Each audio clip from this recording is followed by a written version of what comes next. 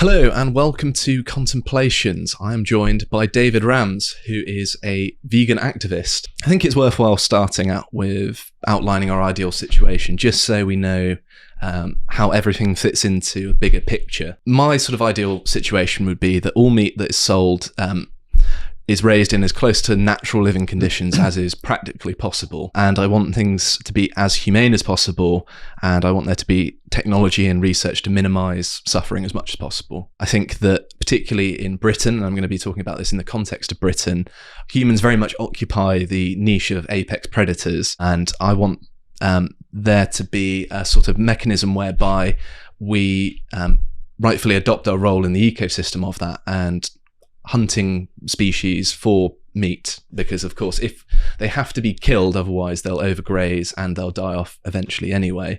And so I think that there being a sort of symbiosis between conservationists and hunters, which I think often occurs naturally anyway, because quite often you see this both in hunter-gatherer societies and modern day hunters in the Western world, that normally they're the ones that care about the health of the environment. Generally speaking, it would be better for people to have a greater dependence on wild food, meat or not. I just generally want more sort of homesteading, moving away from sort of urban areas, because I think high population density is not good for human beings. Generally speaking, when we lived in a more natural way, or a way that's more in keeping with our instincts, we didn't live in large urban centres. That's, you know, something that's come up in the past 10,000 years, whereas human beings have been in the making for about 7 million if you take the sort of earliest possible cutoff. So there's been a lot of evolution there that might cause things like social problems, as well as the fact that I think it's just better to grow your own food, be a bit independent, and it appeals to me. It might not be for everyone, but I want to do it, and therefore I'm going to advocate other people to as well. My personal dietary choices are sort of hybrid of the paleo diet and the Mediterranean diet, if you've heard of those. But it's pretty much just sort of paleo diet is meat, fruit, vegetables, nuts, that sort of thing, greens, all that sort of stuff. And then the Mediterranean diet is sort of things with oils, and you have some dairy in there as well. Perhaps lots of more fish and less red meat, that sort of side of things. But that's how I kind of view dietary choice from that sort of lens. So I suppose I've outlined everything in a very roundabout and general way. But we'll be getting into the weeds of it and breaking it down in a bit. But what sort of situation would you like to see? Right. So I'm glad you went first, because it gives me more of an idea of the, you know, we're looking at kind of an ideal scenario here. Like, not necessarily whether it's practical or not, or achievable is that's a whole thing we can discuss. I've tried to keep it relatively grounded. Like I've added in caveats there, like practically as possible. Well, we'll get more into it. I'm interested to go further in that. But no, I mean, for me, it's pretty, so if I was to lay out the ideal situation I'd want to see in the world, it would be a world where everyone has enough nutrition, first of all. I mean, how many billions of people are still, you know, suffering, not able to get nutrition, some not even able to get enough food to actually just live, I think a normal getting life. A lot better now. For sure, definitely getting a lot better, but it's still there, you know. So I'd want to solve that, and I'd want to solve that globally, and so that no one in the world has to abuse or kill any animal. Right, I'd like everyone in the world to be able to access nutrition without having to do that, for two reasons. One, because I don't think that the most vulnerable, the most innocent beings we share the planet with should have to be subjected to abuse and violence, right? Because, you know, if you look at describe a human child, what would we describe them as? Vulnerable, innocent, defenseless. They don't know what's going on. They need protection, right? All of that can be said of animals too. Because when they're compared to us and what we can do with our tools and our minds, they are completely hopeless. We can dominate all of them, do whatever we want with them, the same as we can do a child. So I want to see a world where that no longer happens for that reason. The second reason is what we see that killing does to people. Look at slaughterhouse workers. They're plagued with PTSD, social issues, domestic violence at home. And it's across the board. There's studies that have been done on this, interviews all over YouTube. There's one just been released by a vegan activist, Earthling Ed, a short documentary where he interviews ex-slaughterhouse workers, and they still have nightmares today. They still can't live a normal life from doing that work. So killing isn't in our nature. It's not something that, it's something we cope with. It's something we can learn to handle, but ultimately it makes us into more violent people in general. It makes us suffer. So for those two reasons, in an ideal, this is obviously at this point in time, we're going to get into this. It's not like it could click and be a reality. Sure. But I would hope that one day it could be a reality. And we'll get into, I mean, that's pretty much, mine's a lot more simplistic, I suppose, compared to yours. You know, you went through way more points, but as we I go think my through, mind just kind of sits in sort of the public policy sphere, having Sure, done I this think for that's the difference. such a long time. Yeah. I forgot to mention as well, the background. Some of the more astute viewers might recognize it from our discussion about environmentalism. Yes, we have reused it. I thought it would be amusing, as well as our editor didn't have the time to whip one up especially, but it somewhat works. I felt like it was a good counterbalance to the sort of home advantage I have, whereby you have all the lovely animals behind you. I have Jeremy Clarkson's face. I feel like there's a little bit of a corrective there. Yeah, for sure. Yeah, at least it wasn't Piers Morgan, though. Would have made it worse for you, I think. A lot worse. I wouldn't want to be on this side. I'd rather turn vegan than defend him. I suppose we may as well get onto something that I don't think there's going to be that much disagreement over, and that is just talking about the role that eating meat had in our past. And I'm already going to imagine that you're going to make the argument of, well, just because we did it in the past doesn't mean we have to continue on doing it that way. And, you know, I acknowledge that that's a pretty good argument when it comes to this sort of thing. Yeah. But my argument is predicated on understanding a little bit of this. And it's worth mentioning that I have done this before. I did a 2-part series talking about the origin of humanity, where I talked about basically the past 4 million years of paleoanthropological evidence. It's some of my favorite work that I've put out, because I went through it so thoroughly that I feel like I actually managed to explain how humanity developed in quite a good way, considering the limited evidence. So this is basically an excuse to talk about something that I'm passionate about. I'm getting that. I'll watch it, okay? You don't need to keep selling it, I promise. I'll watch it. But it seems like as our jaw shrank and we ate more meat, we became more and more intelligent to the point where we are today. And the point I wanted to make about this isn't necessarily that, you know, eating meat makes you smarter or anything like that, because it's a bit of a cheap argument. But more so that it's played such a significant role throughout our evolutionary history that I think it would be very difficult to disentangle it from our diets, really, in that when something has been in your evolutionary history for such a long time, it's very difficult to suddenly remove it. I don't know what you make of all this. Sure, yeah. I mean, I can say, you're right. There are some things that are intrinsically linked that we struggle with today, for sure. That's a great observation. One really good example of that would be people's addiction to things like donuts and chocolate and sugar. These are all things that have come from our ancestors when they were scarce. Yeah. Right, exactly. These were scarce and we needed the calories. We needed to be able to survive for as long as possible. So we crave things that are very high in calories. My point is that, yeah, we've adopted things from back then, but and they're difficult to disentangle. But we should try to disentangle that one, for example. And I see no reason to not try to disentangle the animal product and animal consumption as well, for different reasons, obviously.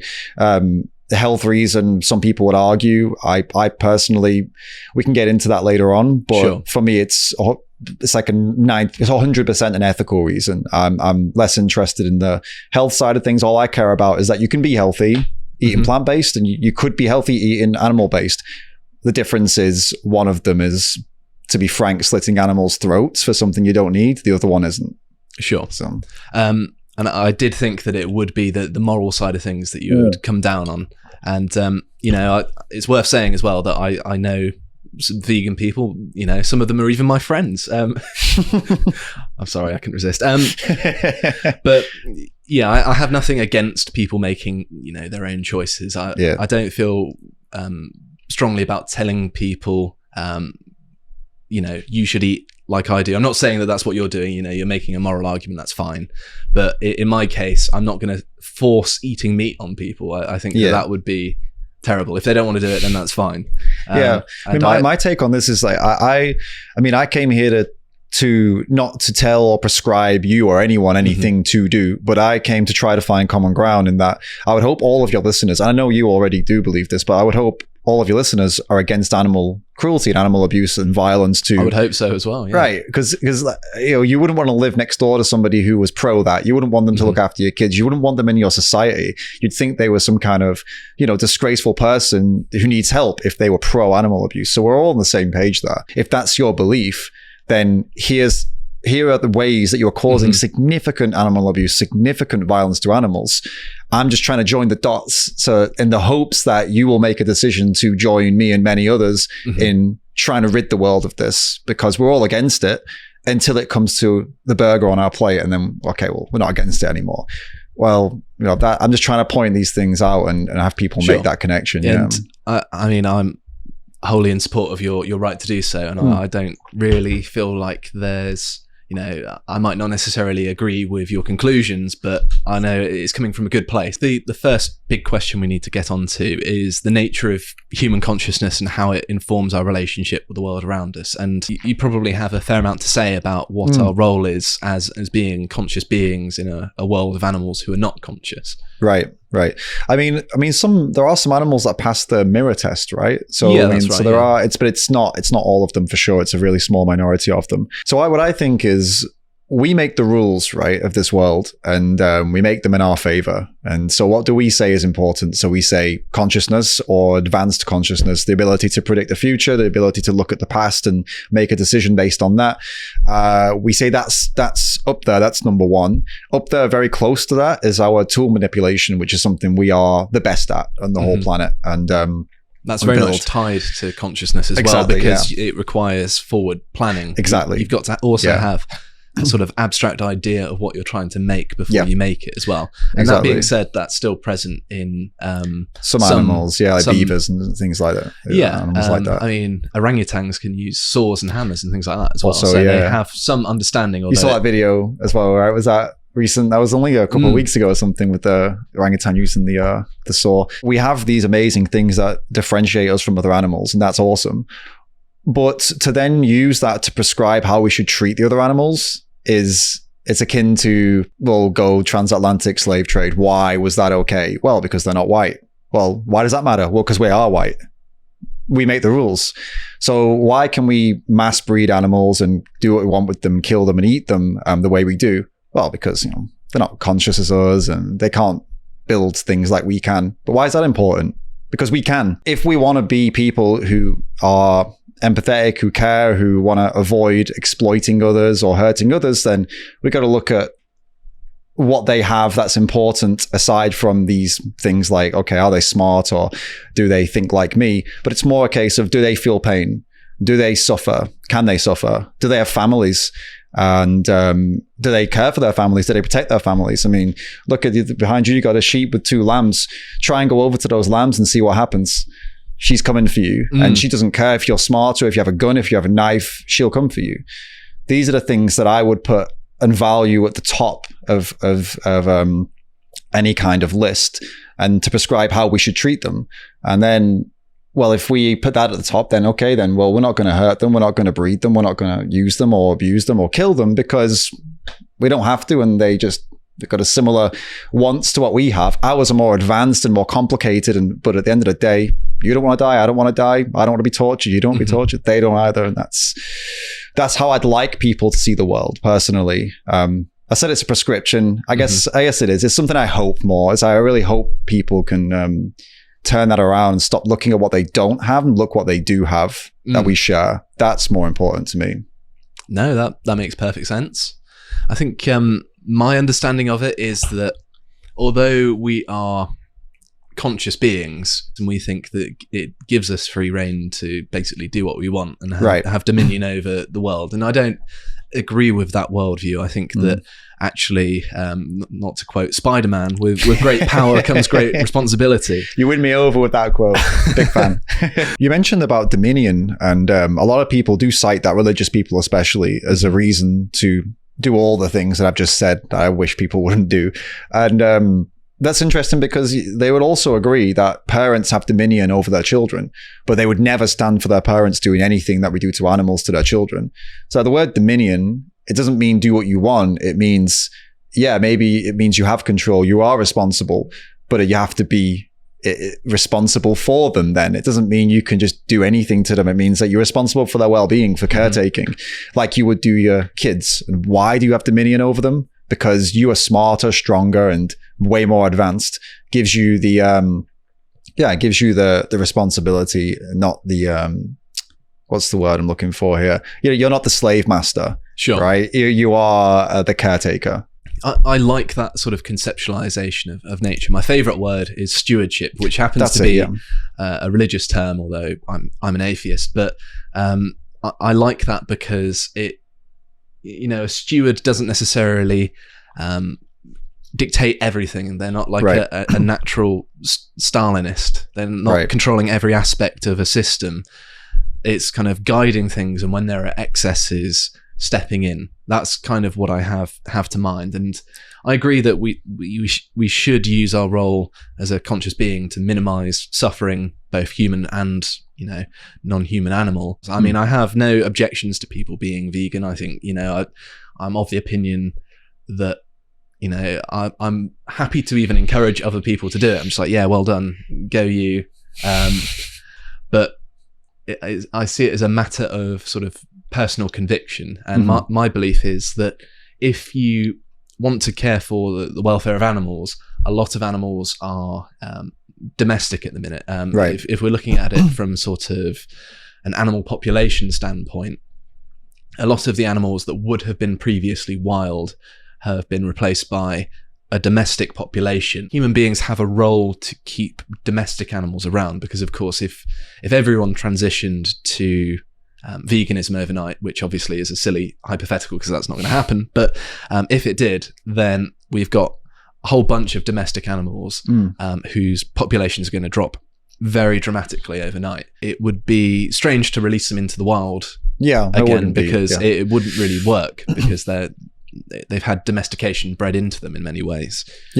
And so one of my concerns would be, well, although you may conceptualize it as being cruel to keep these domestic animals, at least they can have a life rather than, disappearing. And the sort of situation I'd like to see would be one whereby they get to live a good life, out in a field somewhere. Human beings actually have the ability to make an animal's death far more humane than it would be naturally. And so as long as we are concerned with keeping them in healthy conditions, and they're coming up to towards the end of their natural lifespan perhaps, then it's okay. But that would also be a radical restructuring of how we do agriculture, which wouldn't necessarily be popular and may not even be profitable. So I don't know the ins and outs. The points you made about domestic animals, putting them in the wild would be grossly unfair. You'd be signing their death certificates, all of them. They're not going to be able to survive, they starve and stuff, because they're not,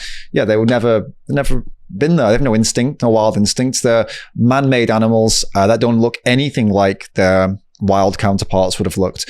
And actually, if you go by just numbers, the most successful species on the planet is the factory farmed chicken, because there are literally billions of them. So, if it depends how you define successful, but just to put that into context, it's insane how many are bred and killed on a daily basis. But that's the point I'm getting at, is that they are bred into existence. They don't just appear randomly. They're not caught out of the wild. Farmers literally employ various different tactics to get them breeding as many as they possibly can. With cows, they go in and physically put their hands inside cows, as in one hand inside their ass and then another injecting them with semen in their vaginas to make them pregnant, in the dairy industry and also in the meat industry. So they're physically going in, and they whack off a bull, by the way. I don't know what the scientific word for that would be. It seems like a very counterintuitive way of doing it, because you would think that these sorts of things would have been as deeply seated in the natural world as possible. Well, it's just more efficient for them to do it this way. They don't have to wait around for the cows to get in the mood. They can go in there and force them to get into the mood. They with the females, with the cows, they'll put them in a big metal contraption and force them to be impregnated. They don't have a choice. And with the bull, they get them excited and then stick a thing on and jerk them off. So this is what they're doing in these industries. Same with pigs. So they're literally forcefully breeding these animals, and they don't exist in the wild. So the idea that it's better for them to live like this versus the wild, there is no wild version of this. This is just what we are creating. So I don't see the comparison to how they're killed in a slaughterhouse versus the wild. It's not. It doesn't really work because there's no. Do you understand what I'm saying? They're not parallel. So, yeah. They're just either. If we stop breeding them, there'd be no death, full stop, because they wouldn't be in the wild and they wouldn't be in farms. Yeah. So that would be the end of it. But on the note of the humane slaughter part, like, what is that to you? Actually, what does that look like? There's a few possibilities, I think, and what I mean by humane simply means quick and without pain. Right? Yeah, you know what it really means? The word, like, definition, with compassion or benevolence. Okay. Yeah. That works. Yeah. Yeah. So how would we? It's a tough question. I'm putting you on the spot. How would you kill an animal with compassion and benevolence when they not like euthanasia, when it's just for something like a burger? I'm going to use I'm going to make it difficult for myself on purpose. Okay. I'm going to use an example of cows, because I understand that that's one of the examples that's brought up where it's quite brutal in some cases, and I think there is. In fact, I remember her name. There's a psychology professor called Dr. Temple Grandin, who... Yeah. You familiar? Yeah, familiar. Yeah, you probably know what I'm going to say, but for the sake of the audience, she tried to design a sort of humane slaughterhouse through understanding how the cow's psychology worked.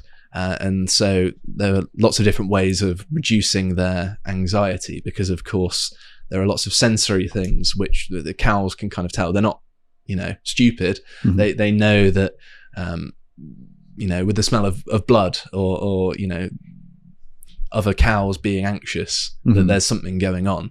Yeah. So if you can reduce that by the design of the building, and that's a step in the right direction. When it actually comes to the slaughter itself, a means in which they experience as little pain as possible. None at all is obviously the most desirable. And I know in my video that you responded to, I mentioned about stunning them first. Right. And that's at least better than cutting their throat and leaving them to bleed out. Which I feel is quite barbaric, really. And that's interesting that you mentioned that, because then it's... See, the way I see what you just described is the way you see halal, right? So you see halal as barbaric and unnecessary. Why would they do that? I see shooting an animal in the head and then slitting their throat as barbaric and unnecessary. Why would you do that? Yeah. So you understand where I'm coming from, right? Of course, and I was preempting you saying that as well. No, I can certainly see where you're coming from. Yeah. And I think the only difference with halal and kosher and I say us, whatever, the way that most of the West wants it done is halal and kosher, they just slit the throat, that's it. And what the rest of the West wants is for them to be either electrocuted, shot in the head, gassed, or suffocated before having their throat slit. Does that sound any better to you? Not especially, no. But I think it's still better than the halal option, sure. But I can see the sort of hierarchy of humanity, if you will, to sort of put myself in a corner on purpose that you're setting up here. And I think that when it comes to the sort of nutritional element, you're going to see my sort of rationale for it, if you will. Sure. But I see it, I take no pleasure in the fact that it's causing animals discomfort. And I don't want them to. I just see it as a necessary evil. Could I, before we go to the nutrition, course, are we going to move to nutrition after this bit? Is that the plan? Not quite yet. Okay. Well, we can do if you want. No, just that we're on the topic. So of humane slaughter. So we queued up a video, and this is actually referring to pigs. I said gassed, which some people might think I'm being or exaggerating or something like that, and know that in the UK and most of the rest of the world, they literally use gas chambers to quote unquote stun pigs, which usually kills them with CO2 gas. And the UK, we'd never been able to prove that in the UK. I mean, we knew it was happening, and the RSPCA approves it, but it's kind of always been a wishy-washy kind of, is it the same as what we see in Australia? Is it the same as America? And they kind of claim, no, it's not, it's better. And a good friend of mine, Joey Carbstrong, who's an investigator and an activist, he actually was able to get inside and plant secret cameras, and for the first time show exactly what happens to a pig in a slaughterhouse. Mm-hmm. So this is RSPCA approved humane slaughter, this video. So that's inside a gas chamber, where they've put them in, 3 of them in there. And what happens is it drops down, and down at the bottom is where the CO2 gas is. So this is now they're breathing it in, and it's burning their lungs.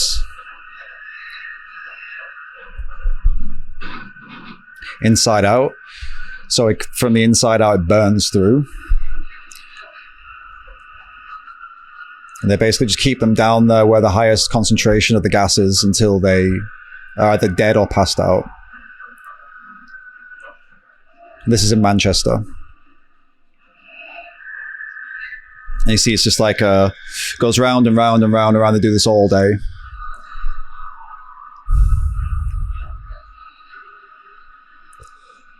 That's certainly nightmarish, isn't it? It certainly doesn't meet my understanding of what is humane. Am I okay to pause it there? Yeah, sure. Yeah, of course. Yeah. So that's here, and there's multiple gas chambers all over the UK where they do this exact same thing. And like I said, that's RSPCA approved. This is humane by all, like what they say anyway. That's compassionately and benevolently killing a pig. So that doesn't meet my definition of what compassion is. I think that a bullet straight to the head is a lot more compassionate than that. That's needlessly drawn out, and it's almost like they've engineered it to be as cruel as possible, if anything. In that, the narrow boxes that are all squashed in together, they're being gassed, they're all thrashing around, hurting each other in their final minutes. It's not a particularly nice way of going about it, although of course I imagine you would say there isn't one. But I mean, that's about 90 something. I think it's over 90% of pork comes to the shops through this exact way. So even your high welfare farms, they send them to the same places. They might have a nice life before they get here, but then this is the end of their life. And this is the case for all animals, really. What you said earlier was great. When we see the animals in the fields, like, I don't know, these sheep here in the field or whatever, I get it. That is nice. They're having a great time. Can't doubt that. I've got nothing against them when they're in the fields. That's amazing. It's what happens after that point where it becomes, this is not a rescue we're looking at. These are not sanctuaries. They're not looking after these animals because they care about the animals. They're looking after them for a profit. And when the profit day comes, they're going to get what's coming to them, and it's not going to be pleasant, and it's not going to be humane, because it can't be. Yeah, well, can't be humane. I'm more than happy to join you in opposition to whatever this is, and the fact that it's 90%. If it's obviously difficult to quantify, because of course I imagine it's not something you would want to advertise that you're doing this sort of thing. But yeah, there's obviously much better ways of doing things if you're going to do it at all, and that seems to me to be something that is sort of pervasive in lots of aspects of the economy, and that is you're doing things in a way that is it's a weird word to use, but inhuman, just to make a little bit more money, because I presume that's why they're doing it, right? Is that it's economically efficient to do so, and they're not considering the welfare of the animals. Well, the alternative to this would be shooting them in the head and then slitting their throats, which some would say, I'm sure some people would say, that's significantly better than this. Myself included, Yeah, sure. But it's not significantly better than not doing that, which is an option as well. And we'll get to the point, I guess, later on as to why you don't think that is an option. But I'm here. I'm living. I'm going to the gym. I'm doing all right. I'm 6'2", 90 kilos. I'm feeling pretty good. And I've been doing this I was born vegetarian and vegan for 14 years. And there are plenty of us out here. So, I mean, I'm not necessarily trying to, convince everyone You know, Sure, no, yeah. I don't. It's not for you. It's more for the viewer, because I know I'm used to what the things people say. That's all. So I'm just trying to get a few little points in as we go. Sure. I think it might be worthwhile going on to what is the line between what shouldn't be eaten, and this always fascinates me because everyone draws it at a different place. Right. And I suppose I may as well talk about where I draw the line and how I perceive the question in the first place, just to kind of set you up for what I have in mind. Okay. So things like foie gras, veal, and lamb, I avoid those things. Right. To be consistent with my principles, though that seems cruel to my mind, needlessly so. I don't think killing a young animal for food is justifiable. Do you know what the average slaughter age is across the board? It's quite young, isn't it? And that's part of the reason why I mentioned it earlier, is that I think it should be, they should be given a bit of a life. But currently it's with the chickens, it's a matter of like a couple of months. With cows and larger animals and pigs, it's you'd be lucky to get a year before they're killed. So they're literally like 1-year-old baby animals. So I know the world you want to see is a world where that's not happening. Mm-hmm. But the reasons you don't eat the veal is because they're young. Yeah. So you see where I'm going with this? Sure.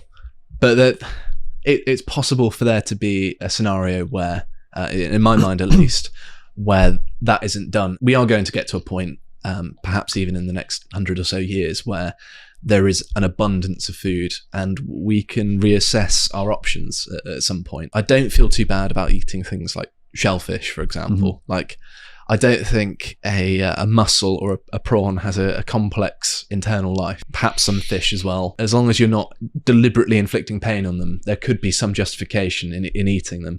But the problems get to sort of mammals, really. That's where I see the grey area as lying, in my mind at least, because mammals have a greater level of intelligence than a lot of other animals. And so, say, pigs have a similar comparable intelligence to dogs. And so, generally speaking, I generally avoid eating pork for that reason. Sometimes, you're in a scenario as a meat eater where it's unavoidable. Like, you're going around, a family member's house. Wait, which give me one scenario where it's completely unavoidable.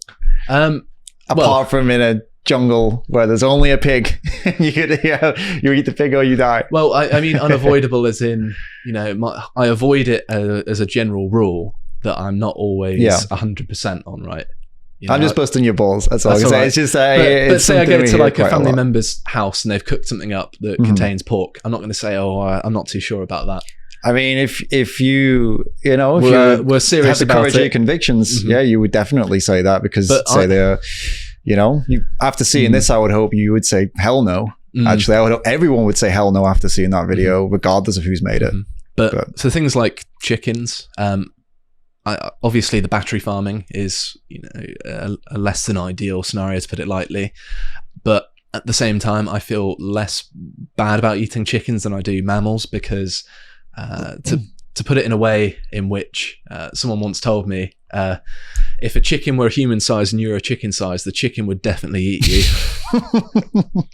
It's funny, but it's true. And can't argue with that. And they sort of have reptilian brains that are far simpler, but there's a sort of hierarchy based on intelligence, which is kind of playing into what you said at the start, isn't it? Yeah, I mean, I get it. I understand the logic behind this. And it's the natural kind of logic that people tend to have, to be honest. People fall into that. I think we should value more about what we have in common versus what we don't. And with a chicken, look, I mean, the only thing we need to know about a chicken is that they feel pain, they have families. Chickens protect their young viciously, ferociously. Like you said, if they were human size, they would do us in, because they are, they're protective. And so that's important. But on a side note to that, not that it impacts this in any way, but I think it's interesting. I've watched House of the Dragon with a chicken, the Game of Thrones. I'm dead serious. I was at my friend's sanctuary. I sat on the sofa. We sat on the sofa. We're watching House of the Dragon. One of his rescued chickens comes up, sits down, watches it with us. And I don't know what's going on in this little chicken's head, but she's watching the moving images and she's having a nice time. I would have compared her to like a baby. They don't know what's going on, really. But they're having a good time, safe, comfortable, warm, making little clucks from time to time, just appreciating the company and the safety and the security. So for me, that all I need to know about them is what I said, but that also helps me connect with them a lot more. And I would hope helps the listeners connect with them a lot more as well. But where to draw the line for me, I can get into that if you want to. Sure. I've got a few more bits and pieces to say. Okay, cool. I think there is a tendency in human beings, because we're very sociable animals, to sometimes anthropomorphize animals. I'm not saying you've necessarily done that, but it's just a human proclivity. Yeah. Whether, whatever your dietary preferences are, we like to see ourselves in the world, really. I'm going to pose two different examples that make things tricky. One's a little bit far out and, is pretty easily dismissed, but you'll get the gist of what I'm trying to say. So trees, they share water and nutrients through underground fungal networks. And they also use these to communicate with one another. They send distress signals about drought or disease, insect attacks, and they will often alter their behavior once they receive these signals. They often live in family units and favor communications with genetic relatives. Some stumps of trees that have been cut down have been documented to have been kept alive by their relatives for up to 500 years after they've been cut down. They also communicate using pheromones, and they also communicate using cracking noises at a frequency of around 220 hertz in the roots. Which is inaudible to humans, but they can pick it up. And so they've got all of the hallmarks of something that might be considered, comparable to a human being in a sense. You can read into it very human instincts, the instincts to care for one's family or, look after the sick. These are things that we feel might be perhaps unique to us, or I think more charitably, it's present in some animals, but not all. But then you find it in trees. And so my sort of point in bringing this up in the first place is that you wouldn't necessarily say, trees are animals. We can't cut down another tree. But it's easy to look at, say, the setup of a living organism, be it plant or animal, and read into it human-like behavior, because that's how we're wired to think. And I do it all the time. So it's not something I can fault anyone on. Sure, yeah. I'm glad you brought this up, because this is why I don't eat trees. Actually, it's really damn. I thought that'd be it. No. Yeah, no, it is. I mean, trees are amazing. Plants are incredible. I've read books about plants and how they communicate and all. It blew my mind. Taking everything you said at face value, that it is 100% true. And let's even go a step further than that. Let's say that we know they have some level of sentience, trees and plants. Let's take it that they're the absolute kind of the least advanced consciousness, but there's something there. They're lower than animals, but there's something there, which I can grant that. Some spiritual people believe that, fine. If your goal is to stop killing them and have less harm to plants, you'd still be better off if you're eating plant-based, because all of the food that's grown for animals, 80 billion of them, is significantly more than the food grown for us. So in that context, you'd still be better off eating plant-based anyway. If it turned out they did have some kind of sentience, like I said, some kind of consciousness, it would still be, we'd have to acknowledge, lower than animals, and we have to eat something, right? So given the choice of, okay, where are we going to be doing the least amount of harm? If everything is harm, and they can feel pain now, we acknowledge that plants can feel pain, it's still going to be the best option because of the least, the lowest experience they have. It's going to be, they don't have brains, they don't have nerve endings. Whatever they're feeling is most likely not the same as any animal would be feeling, right? It wouldn't even be on the same radar. And I did look into the sort of argument of plants feel pain, and I looked at some of the research, and I'm very interested in the sort of naturalism and not stripping off naked, the other kind, the kind where you're interested in nature, and naked. No. What was I going to say? Plants feel pain, I think. It's not. They don't really have a comparable nervous system to most animals, and so it would be pain, perhaps, but in a very different way. A lot of the negative sensations of pain, that's generated in the brain. It doesn't make sense to say that a tree has a brain, and so it's not necessarily comparable. Yeah, it's signals and responses. It's akin to getting your phone out and tapping it and saying, is it feeling pain if I tap it harder? Like, no, it's doing on the iPhone, they have the 3D press, right? It's just, it responds to what you do. Sure. Not saying that plants are like phones, but they're kind of like biological computers, basically. Analogy, yeah. That's actually a good example. The honey mushroom, is an edible mushroom. You can find it in North America, particularly sort of Washington State, Oregon, that sort of area, pine forests, that it grows on conifer trees. And there's one single network, which is technically one organism, which covers 4 square miles or 10 square kilometers of soil, making it the largest biological organism, or I think that's fair to say, in the world. There are more mycelial connections than in a human brain underneath the soil. And our current neuroscientific understanding of how human consciousness and the human brain works is that the more neural connections you have, the more complexity there is in your thought processes. This one mushroom organism has more connections than in a human brain. Right. So there's a case to be made that this mushroom could well be more intelligent in its own way than a human being. Sure. If you're judging it based on those metrics. That also compounds with the fact that mushrooms are more closely related to animals than they are plants. Yeah. And yet many vegans eat mushrooms. This always confuses me. This isn't like something that is to catch you out. This is just a genuine question where I'm intrigued, because I pose this to some people and they're like, what? Out of your mind, they think I've gone a bit mad. It's super interesting. No, I mean, I stopped eating mushrooms after The Last of Us in the hopes that when they do take over, I'll be all right. They'll remember that I left them alone. That's why I say thank you to AI when they take over. They'll remember that I was polite to them. No, I've heard the similar stuff about mushrooms before, that they're more advanced, and there's some people say that could be the reason that they have this meaty texture, is because they are very similar to animals. So that's why you can sub out meat from mushrooms in some cases and get a similar vibe from it. In terms of sentience and what that means, I think most vegans, and probably myself even, who I'll speak for myself actually, just specifically, draw the line when it comes to these mushrooms aren't sentient. They're communicating, but they aren't sentient. And it's complex communication, but it's still not sentience.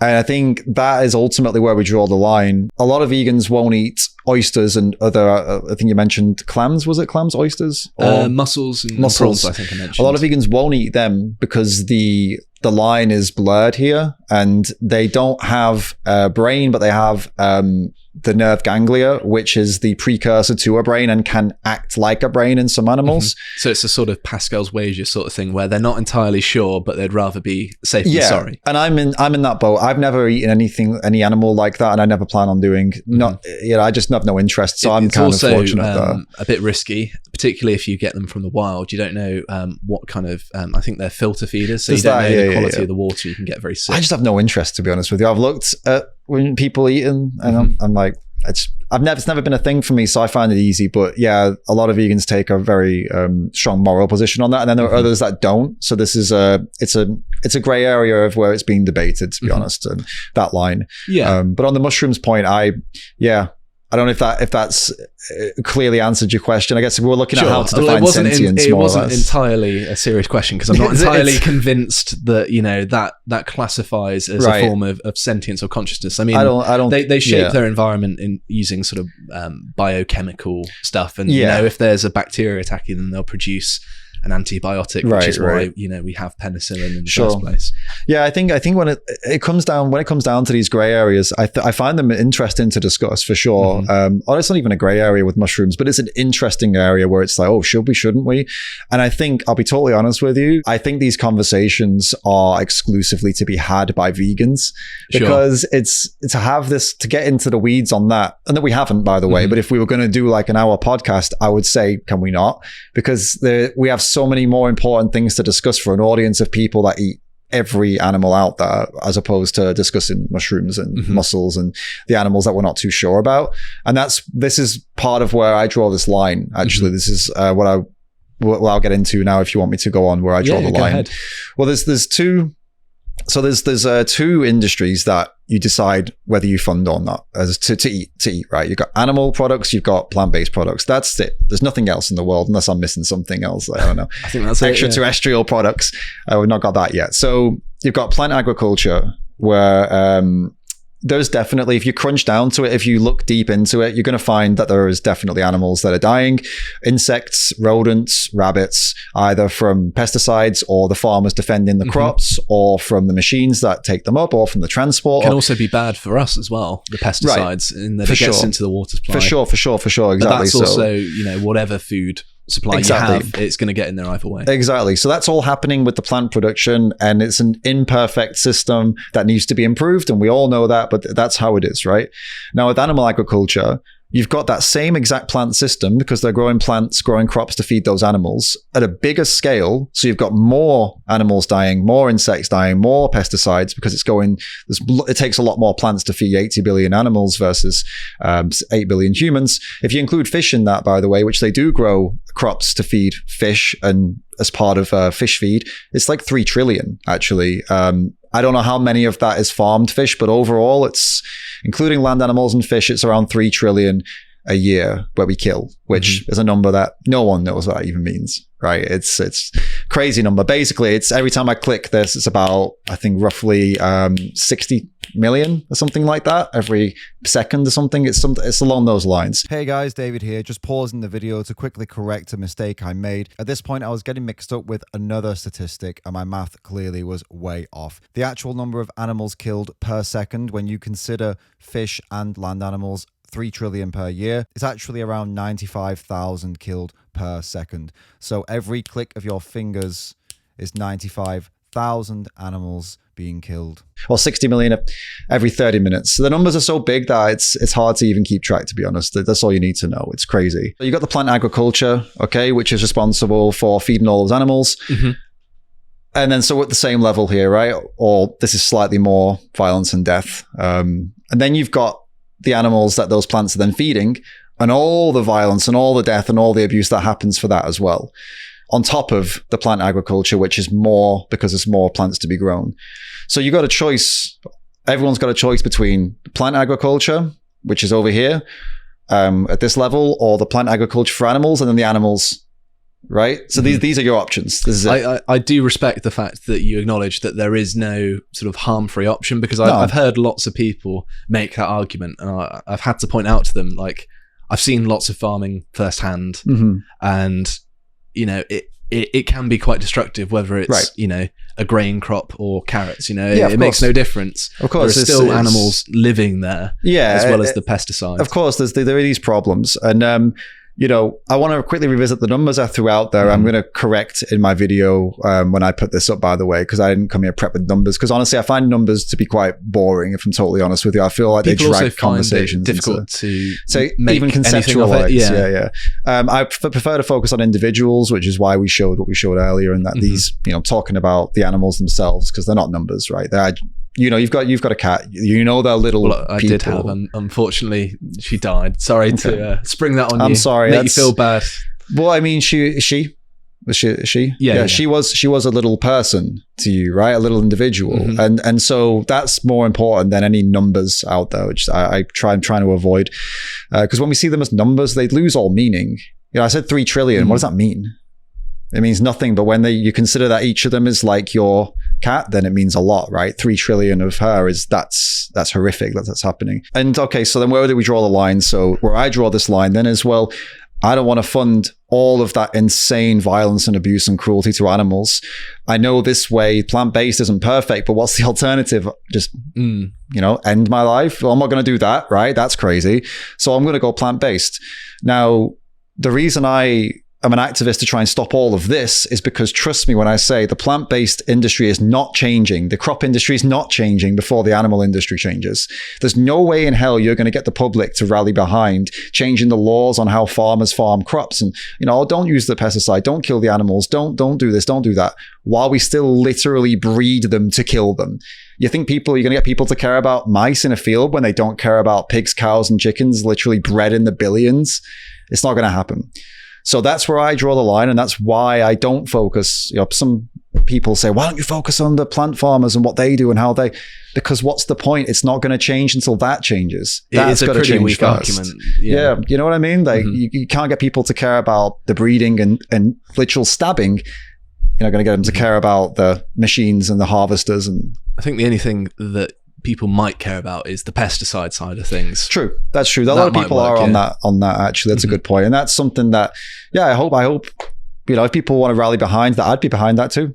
Right? That's something we can all get behind, vegan or not. Stop putting pesticides in all the food. Stop putting all these dangerous chemicals in our foods. There's an element of people always like to ask this question because it must be going through their head as well. And I think that to sort of concede a little bit here, that a lot of the time people are asking that because they thought about it themselves, but they're still trying to catch out, say, a vegetarian or a vegan. Yeah, so quite often it can be used a bit dishonestly, but this is more, in my case at least, I just find it fascinating. There's a lot of a lot of people come at vegans with an attempt at an appeal to hypocrisy. And I always find that frustrating because it's, okay, so if someone comes to me and tells me something about, I don't know, some kind of children's issue in some part of the world that I'm causing and I didn't realize, my first point of call would not be to find out what they're doing wrong. I'd be saying, okay, like how can I help with this? What can I do? Which is, it's always a shock to anyone who's vegan, who's just gone vegan will tell you this. It's always a shock when they go and tell people like, oh, I've just learned about all these horrible things and check it out. We don't need to do it. The shock we have when people turn around and go, well, basically, I don't know if I can swear, but, F off. And wait a minute, I thought we were going to get on. I thought you were going to be happy that I showed you this, but people get, incredibly defensive and try to point out why you're a hypocrite immediately. So you're right that, that happens a lot. And I think it's a constant struggle. Hypocrisy is just an unavoidable part of human nature, isn't it?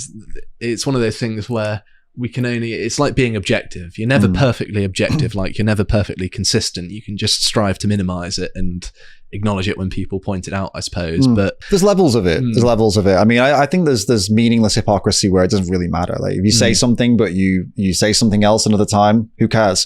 But when your hypocrisy comes into actions that harm others, then there's a problem. Then there's a big problem. And that's where, that's where usually the stuff thrown at vegans is it's more of that kind of meaningless hypocrisy that they're trying to find. Whereas when vegans talk to people who aren't vegan, it's like, no, this is like violent hypocrisy. You love animals, but you're doing all these the worst things you could ever imagine, the things you wouldn't wish on your worst enemy, you pay for daily, but you tell me you care about them. That's a hypocrisy that needs to be spoken about, and something needs to be done about it, which is why I do what I do. On the topic of hypocrisy, before we get onto the nutritional stuff, actually, one thing that I've always been an advocate of is I think that people shouldn't eat meat unless they're comfortable with, killing the animal and doing the butchering and preparing it. Right. I've done fishing in my time. I've not done much, hunting, but I'm not averse to the idea of hunting deer because they overpopulate. They wipe out lots of other species. They need some sort of predation. Otherwise, they're going to basically turn everything into a grass field, which isn't good for the rest of the ecosystem. So there's some sort of environmental rationale for it. And I think that if you eat these sorts of things, you really have to be willing to do that. And I think a lot of people aren't willing to do that. And that's where the hypocrisy seeps in. I know that I would be willing to do it. I don't enjoy it. I don't take no joy out of it. But I see it as a necessity, particularly not to be a hypocrite as well. Yeah, I think I'm happy that people who eat animal products can't actually go and kill the animals themselves. Because honestly, there's no offense, I wouldn't want to live in a world where everyone was capable of enacting violence on innocent animals. I wouldn't want them to be my neighbor. I wouldn't want them to look after my kids. I wouldn't want them anywhere near my community. So I'm actually quite happy most people can't do it. It gives me a good basis to have them realize that you can't do it because you don't want to do it, because you're not naturally violent, and that's good. Don't we not want more of that?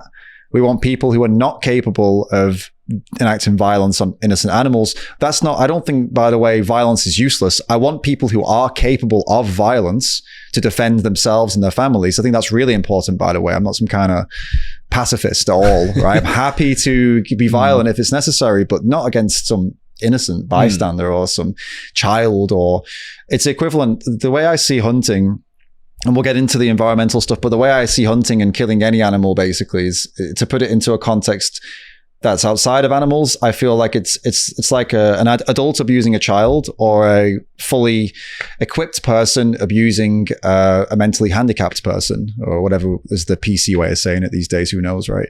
But because animals, although they are adults and although they have different facilities and in ways they're more advanced than we are, like eyesight and hearing and stuff, when it comes to cognitive ability and the understanding of the world, they are equal to or lower than children and mentally disabled humans.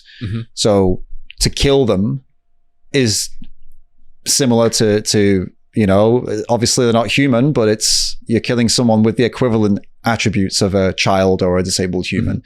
But what about in the scenario of, say, conservation, where it's in the interest of, you know, the environment? You said earlier, right, about keeping the biodiversity and stuff. My point with that would be, look, so we'll talk about, for the environment first, and then the other thing you said earlier was the kind of how it's in their interest because natural predation, or you didn't mention it, but a lot of people say disease and things like that. It's better to kill them with the gun or the crossbow instead. I think bow hunting in Britain is illegal because of the lack of humanity involved in it. It's just Joe Rogan, I think, then. That's what I've been listening to. I don't agree with sport hunting. I think that's you know, it's got to be for a purpose, which is eating, in my mind. Otherwise it is needless cruelty. And I would say it's needless cruelty regardless, because they don't need to eat it. But okay, so the environmental point, right? I personally don't want to live in a world where we save the environment, but at the expense of creating an incredibly violent society that is capable of going out and killing.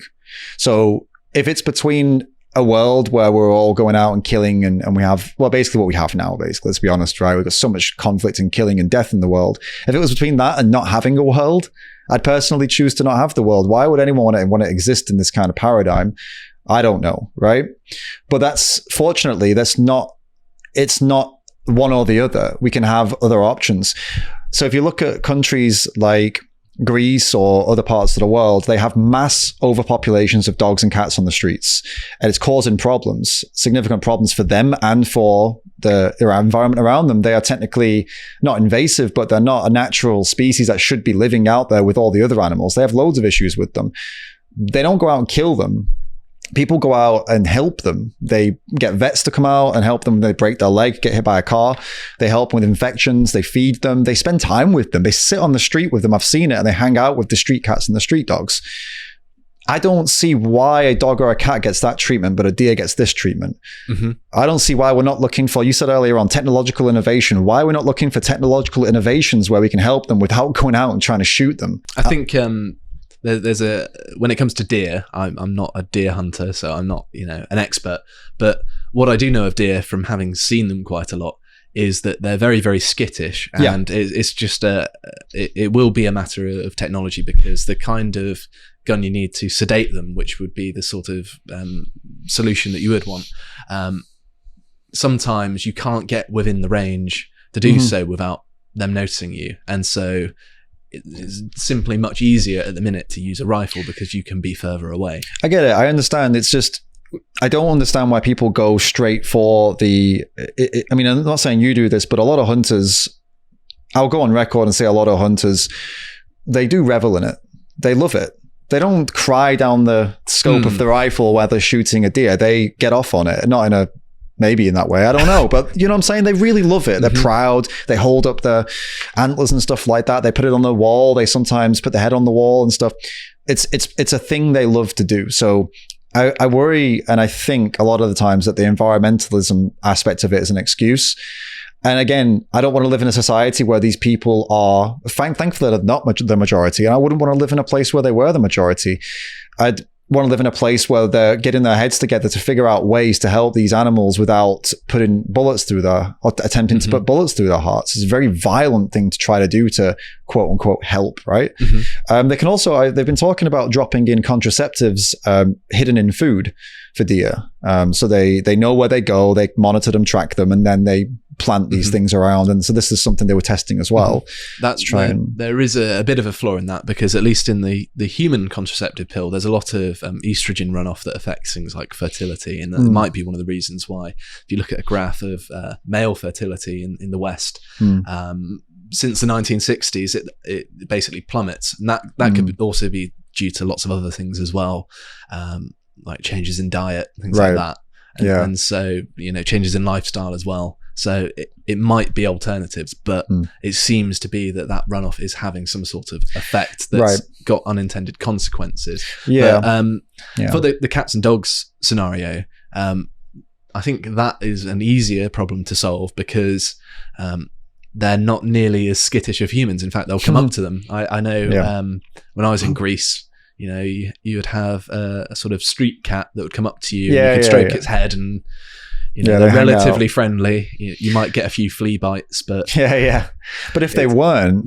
we wouldn't see the government being like, all right, go on then guys, go and gun them down. And I think that if they are causing environmental problems, either sort of capturing them and neutering them, or moving them elsewhere might be a good idea. And you could do that with deer. It'd be a lot more difficult, obviously, because they don't have that domestication sort of removing their instincts.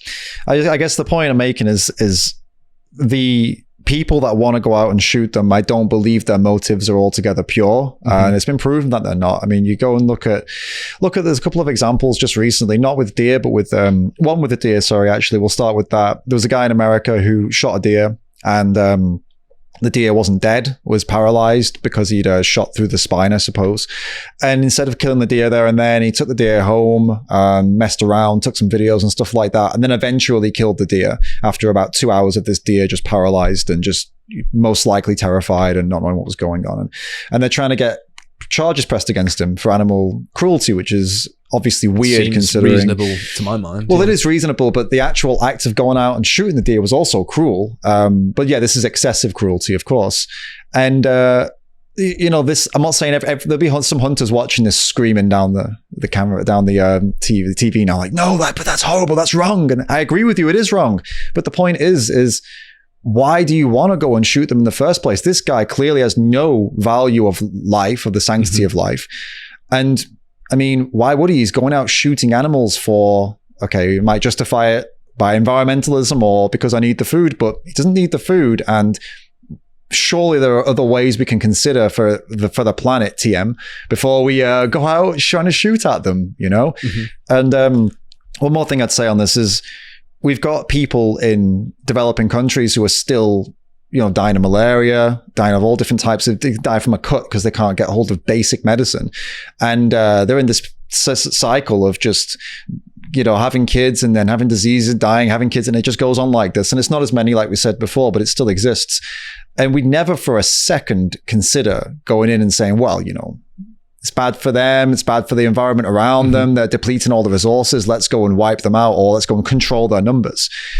This is human, and I understand we're different, but then what is that difference that makes it wrong, completely wrong to consider doing that for a human or a dog, but totally okay for a deer? The skittishness. So if the humans were skittish, would it be all right? It still wouldn't be all right. So then what is it? The answer is usually, but religious people usually point out that, okay, it's just because we're made in the image of God, which there's an impasse there, because it's just, how are you supposed to argue? You're an atheist, you know what I'm talking about. You just have to stop at that point. Okay, this is pointless.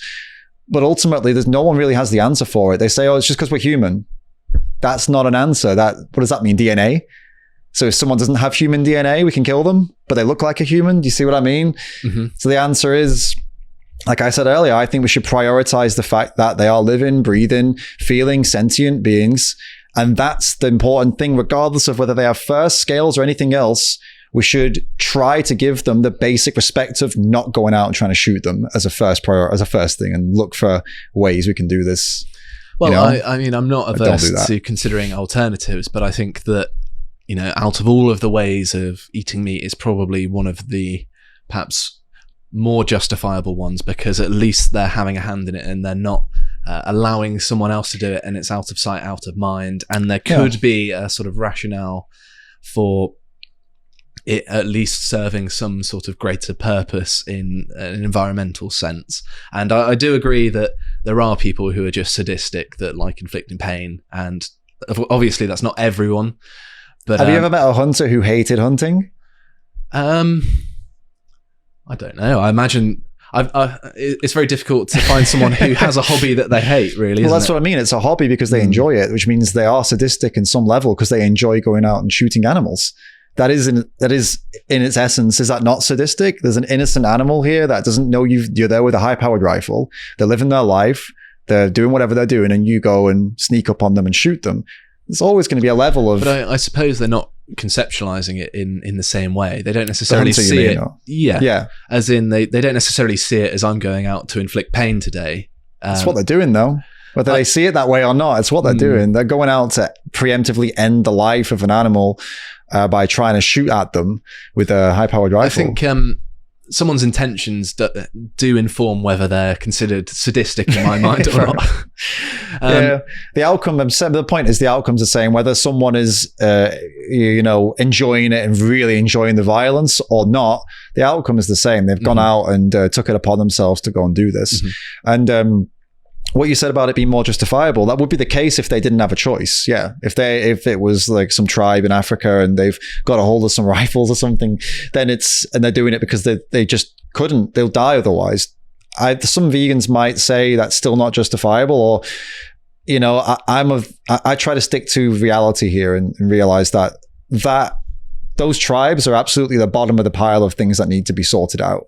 Right. And the same with hunting, to be honest with you. Hunting is such a minority that we've kind of got into it, but ultimately it's a small fry in the grand scheme of things when compared to factory farming, which 99% of people fund on a daily basis. So we're slowly running out of time, so we kind of have to speed through some of the nutrition stuff. Sure. We can talk about the sort of feasibility of more people transitioning to veganism, which I'm genuinely interested in. Yeah, sounds good. I don't know that much about it, and I just want to pick your brain, basically. Cool. But before we get onto that very quickly, I just wanted to say that my kind of view of hunting is very akin to that of, say, the sort of hunter-gatherer of, you have reverence for the animal, you don't waste it. If it's going to happen, it has to happen in that sort of way where it's respectful and not wasteful and with purpose, rather than for sport and for pleasure, because that I agree with you on that front, that it seems sadistic and cruel. Yeah, I mean, if you don't have to eat them and you do, then it is for pleasure. So this is the point, is I don't see a distinction between someone buying a burger at McDonald's and someone going hunting for pleasure, trophy hunting. Because the trophy hunter, why does he do it? I'm killing because I like it, it's my hobby. Why is the person eating at McDonald's when they don't have to get that beef burger? It's because I like it. So it's for pleasure. So they're both for pleasure. That takes us quite nicely onto the nutrition, because I think the key thing in nutrition, from what I understand, I'm certainly no nutritionist. So if I get something wrong, yeah. In fact, if we get something wrong, I'm sure this is the bit please where forgive us. I'm sure this is the bit where all the junior doctors are going to come out. But as I understand it, the key thing is bioavailability. It's how much nutrients your body can absorb from the food you're eating. What I try and bear in mind is that, because I sort of lean towards the paleo diet, is, well, if I can't know the ins and outs of nutrition, at least eating roughly what my ancestors ate, in a comparable nutritional sense, will at least get those bases covered, and I'm not going to be malnourished, because it genuinely feels horrible when I was a student once living off of pizza, and I just felt bad all of the time. And I bet. I don't want to return to that. And I think that we have a sort of intuitive sense that nature knows best. When raising children, for example, everyone knows that when you're feeding a baby, breast milk is much better than formula, because there's lots of things in there that we don't necessarily know. Because your baby's not a cow as well. That's true. Plays into it a little bit, huh? But at least we know it's specifically designed for that purpose, right? and so we know that there's an element of certainty that this is doing us some good. And that's kind of how I approach the nutritional stuff. Okay. I did have a study that I was going to have a look at. Here we go. And I'm just going to summarize it because we're running out of time and I don't want to miss out on some of the good stuff. It's a UK-based paper from 2016. It basically says some people are malnourished because they're missing lots of things that are found in meat. I'm wording that so I'm not being uncharitable. Okay. But also some people are eating too much and it's giving them sort of a deficit. And my understanding of nutrition is you eat a little bit of everything. You don't need everything in equal proportion, but if you're eating some of everything, you're not going to have the deficits whereby you're significantly impacted. Right. So say, an iron deficiency where it can be quite debilitating to be anemic. And my sort of point here is that some people do eat too much meat, even by my meat eating standards, right, that is doing them notable harm. And from the sort of nutritional standpoint, there's a sort of sweet spot, at least in some papers, that don't dismiss eating meat altogether. And so that's more or less how I look at things. Okay. And I just wanted to fire through some of the nutritional stuff if you can humor it, so then you can speak a bit more freely. All right. There are more things like amino acids in there that makes them more complete sources of protein. I think when you're vegan, you're meant to have lots of different sources of protein, and I think it can be quite difficult to get the equivalent amount of nutrition based on adopting, all of these different food groups. It's also probably going to be a little bit more expensive because you're going to have to buy multiple different kinds of things that might spoil, might go to waste. So there's a practical element there as well. There's also the example of heme iron, which I never knew existed until I did the research for this podcast, which is more bioavailable than regular iron. And it is only found in meat. It's not found in plants. And therefore, you can still have enough iron from a plant-based diet to get by, but it's not quite optimal. Say you're, quite a big bloke like myself in terms of height, not so much build anymore. I stopped going to the gym so much. There's going to be a lot more demand, and sometimes that can't be met simply through, supplementing it, because supplements are suboptimal. You need to eat solid foods, ideally. I take a multivitamin every morning. It's got 23 different kinds just in case, to top up the deficit. But it's still not as desirous as getting it from the food itself, because that's how your body is sort of optimized to get it. And I don't think we necessarily disagree on that. No, it's good. Of course, iron being important for blood oxidation as well. I forgot to mention that, which is very important, particularly if you do lots of exercise. So the big one is vitamin B12, and I'm sure that you've come across lots of things about this, right? Yeah. And meat and dairy are good sources of vitamin B12, and this is involved in neurological functions, DNA synthesis, and the formation of red blood cells. So it's very important that you have it right. It can be found in some plant-based foods, I will concede. Shiitake mushrooms, soya milk, and nori, which is seaweed, I believe. I'm quite partial to seaweed, actually. It's quite nice. It has no right being as good as it is.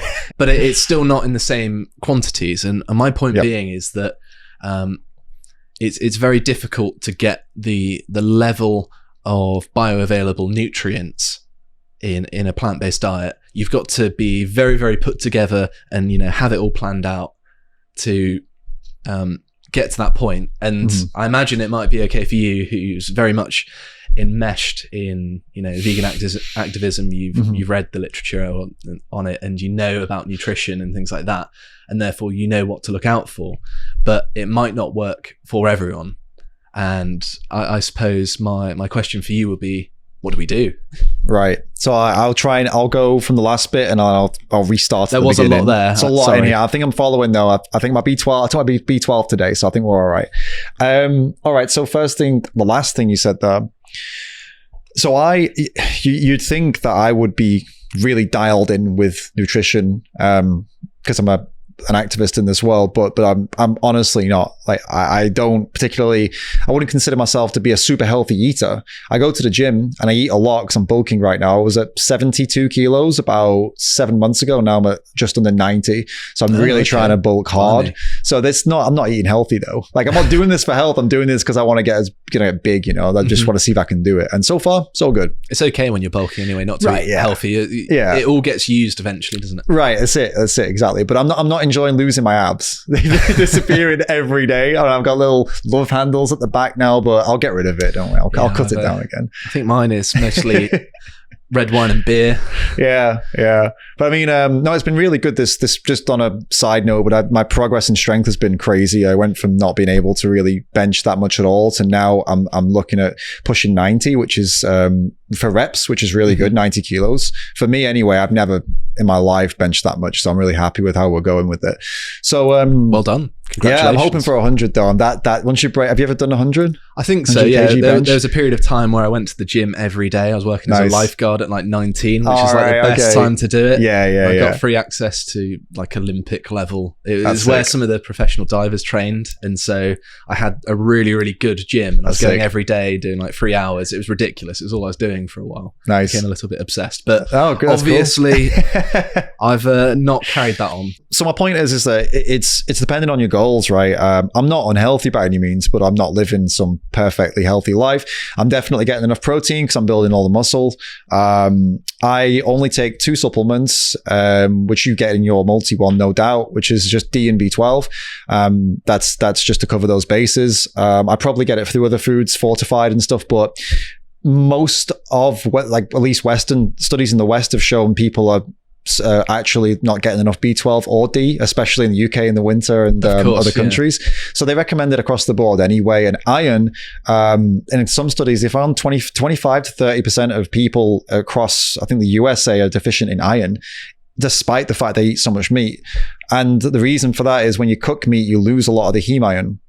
So it might be more bioavailable, but there's not as much in it as that you would imagine. Whereas vegans, on the other hand, get quite a lot of iron from things like legumes, like lentils. And when you cook them, the iron is actually better. The more when they're cooked, they don't lose it. It actually becomes more accessible, which is why you don't eat them raw. It does come up with one drawback in that they're not very bioavailable in other areas, right? In that they take quite a long time to digest, and sometimes some legumes can actually be calorie negative, a bit like celery. So with the bioavailability thing, I mean, all you got to look at is the outcomes, right? And the outcomes are, if someone's iron deficient, no amount of meat or legumes is going to save them. They have to supplement most of the time anyway, right?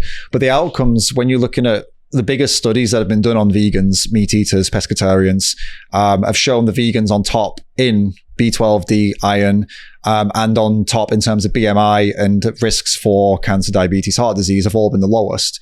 So we've seen that it's not actually an issue in vegans. So despite the fact that the bioavailability might be lower in legumes or in plant-based foods, it's not impacting us negatively. Actually, it's still working out.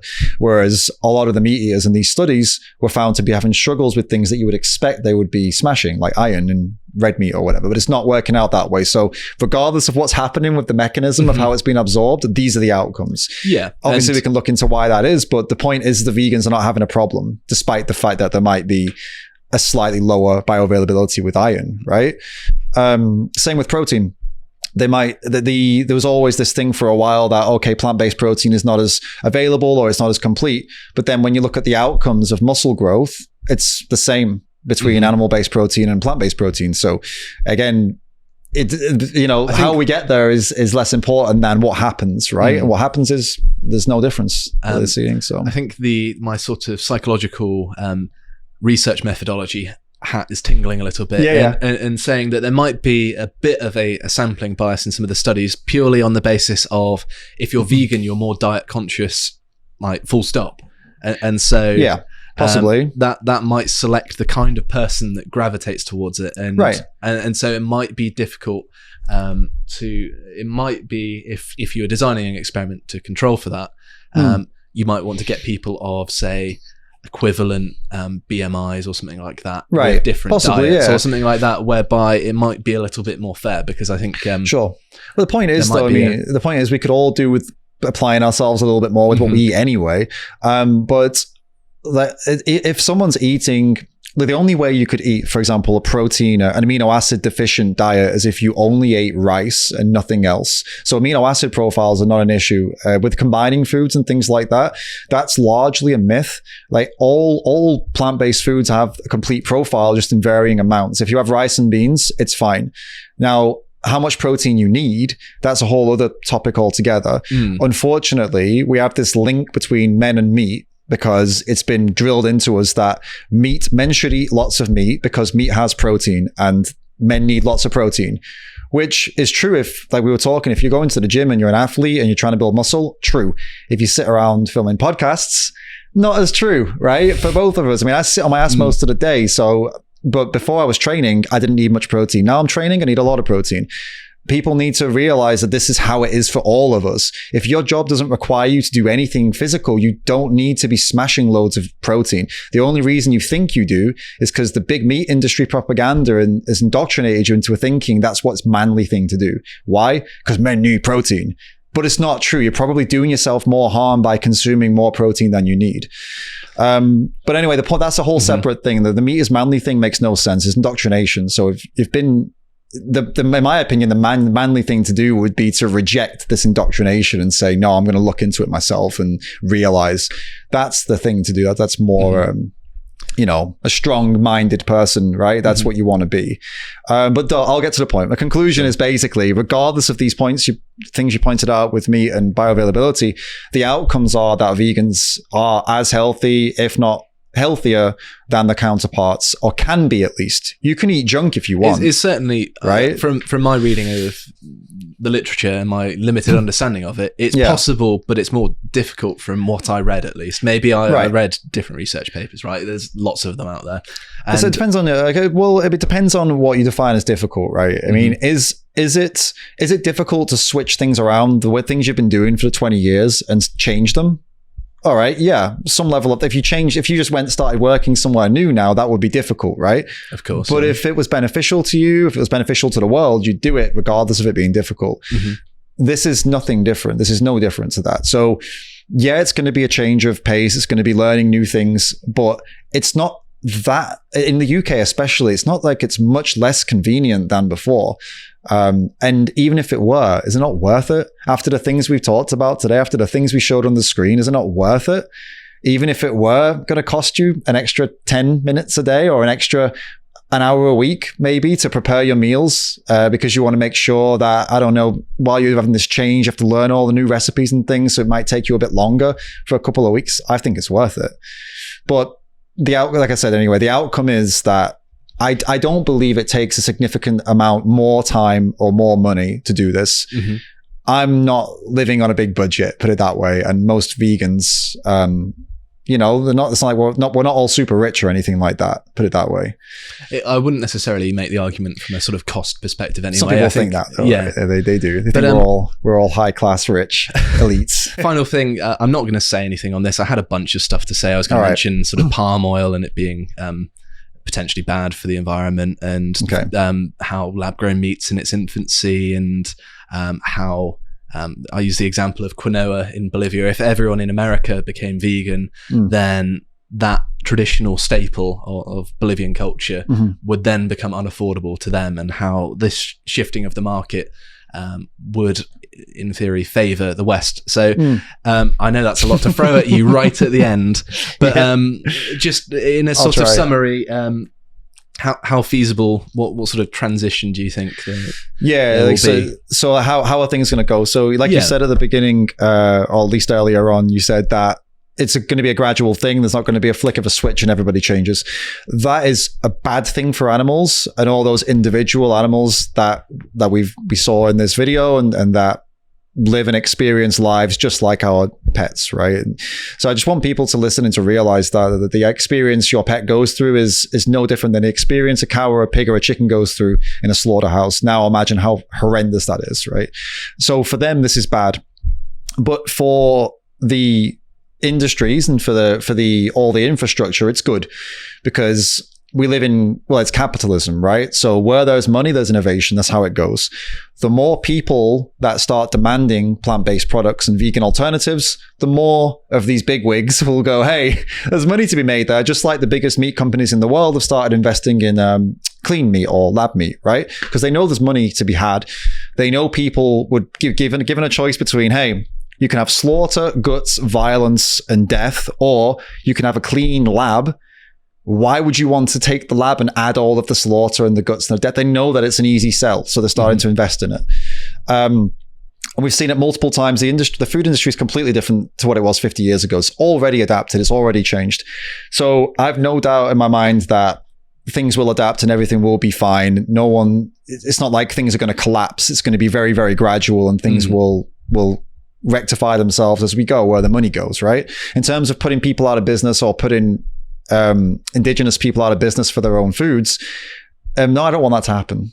You know, I don't know how that can be avoided. I don't know that it is going to happen if everybody goes vegan. I don't know why quinoa is not a staple of my diet, for example.